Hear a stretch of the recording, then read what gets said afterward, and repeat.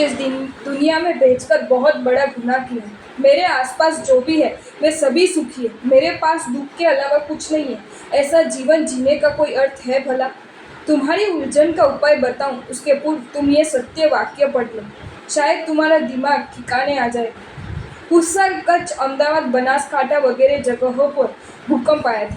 मैं संकेश्वर, बनासकांठा आदि विस्तारों में विचरण करके अहमदाबाद आया और एक नौजवान ने खबर दी कि गुरुदेव वीएस अस्पताल में एक बहन जिनका नाम झंखना बहन है को भर्ती किया है। आपकी अनुकूलता हो तो उन्हें आशीर्वचन सुनाने पधारिए। भूचाल में वो अपना बायां हाथ और दायां पांव गंवा चुकी है। मैं कुछ युवाओं के साथ अस्पताल पहुंचा।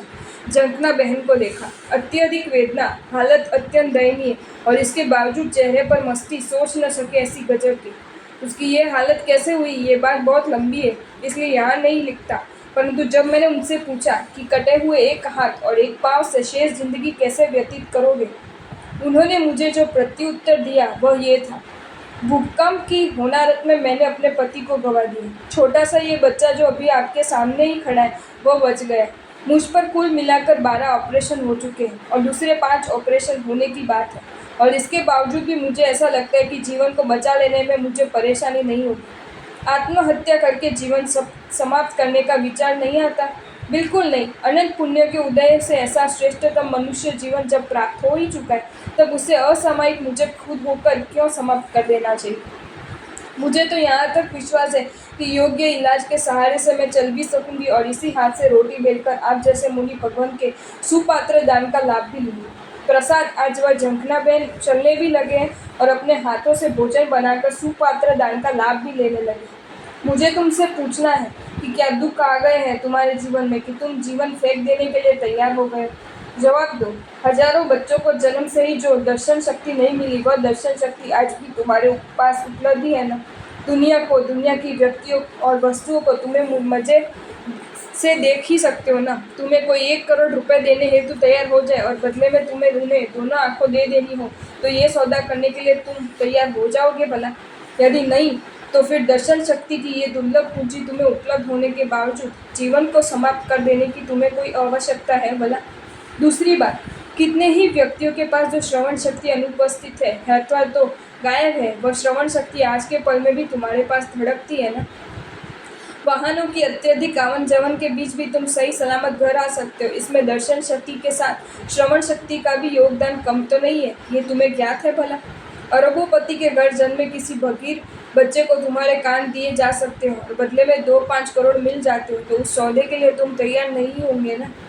तो फिर ऐसी गजब की श्रवण शक्ति तुम्हें प्राप्त है, इसके नशे में झूमते रहने की बजाय तुम जीवन को ही क्यों फेंक देने के ख्यालों में राचने लगे? तीसरी बात, मन बुद्धि कितने ही बच्चों के पास जो समझ शक्ति है ही नहीं, वह समझ शक्ति आज के क्षण में भी तुम्हें उपलब्ध है ही ना? तुम्हारे शरीर की स्वस्थता, तुम्हारे मन की प्रसन्नता, तुम्हारी आर्थिक संपन्नता, तुम्हारा परिवार प्रेम, इन सभी के केंद्र में जो समझ शक्ति है, उस समझ शक्ति का स्वामित्व तुम्हारे पास आज जब सुरक्षित है ही, तब उस समझ शक्ति के सहारे तुम्हें जीवन को उत्साह से युक्त रखने की आवश्यकता है, नहीं कि जीवन को खत्म कर देने के लिए कटिबद्ध बन जाना। चौथी बात, कितने ही लोग स्मरण शक्ति की जिस मूल्यवान पूंजी से या तो वंचित है और या तो गंवा चुके, उस स्मरण शक्ति की अनुपम ताकतप्रद पूंजी आज भी तुम्हारे पास सुरक्षित तो है ही ना? कल्पना करके देखो कि स्मरण शक्ति के क्षेत्र में तुम्हारा दिवाला निकल जाए तो तुम दुनिया की बात तो दूर पर अपने आप को भी पहचान सकोगे भला? पागल खाने में शुमार हो जाने के अलावा तुम्हारे पास अन्य कोई विकल्प बचेगा भला? ऐसी अनुपम स्मरण शक्ति तुम्हारे पास उपलब्ध है ही, तब उसके सहारे तुम्हें अपने मन को प्रसन्नता से व्याप्त रखने की आवश्यकता है, नहीं कि जीवन को समाप्त कर देने के विचार में ग्रस्त रहने की। और अंतिम बात, कितने ही ना हिम्मत और कमजोर लोगों के पास निर्णय शक्ति की जो जीवन संरक्षण पूंजी नहीं है, वह पूंजी भी आज तुम्हें प्राप्त है ही ना? इस निर्णय शक्ति के आधार पर ही तो तुम अपने जीवन को गलत राह पर जाने से रोक सके, सम्यक प्रवृत्तियां कर सके, पतन से बच सके और उत्थान के मार्ग पर कदम बढ़ा सके, पाप वृत्तियों से दूर रह सके और धर्म प्रवृत्तियों में जुड़ सके। जवाब दो, करोड़ों खर्च करने के बाद भी दर्शन शक्ति, श्रवण शक्ति, समझ शक्ति, स्मरण शक्ति और निर्णय शक्ति, ये 5 शक्तियाँ खरीदी नहीं जा सकती, ये तो निश्चित है ना? करोड़ों मिलते हो तो भी इन 5 शक्तियों में से एक भी शक्ति बेच देने की बेवकूफ़ी नहीं की जा सकती, ये तुम मानते ही हो ना? यदि हाँ, तो फिर ये पांचों शक्तियाँ तुम्हारे पास आज जब सुरक्षित है, तब उन समस्त शक्तियों के सदुपयोग से जीवन को उत्थान के शिखर पर ले जाने हेतु प्रयास करने की बजाय तुम्हारे इस सशक्त और मस्त जीवन को खत्म कर देने के कमजोर विचार के शिकार तुम क्यों बन गए हो, वह मुझे समझ में नहीं आता। अंतिम बात, परिस्थिति के लिए हम जिम्मेदार नहीं भी होते तो भी प्रतिभा के लिए तो हम ही जिम्मेदार होते हैं। और वास्तविकता ये है कि हमारा कमजोर प्रतिभा भी परिस्थिति को कमजोर बनाता है।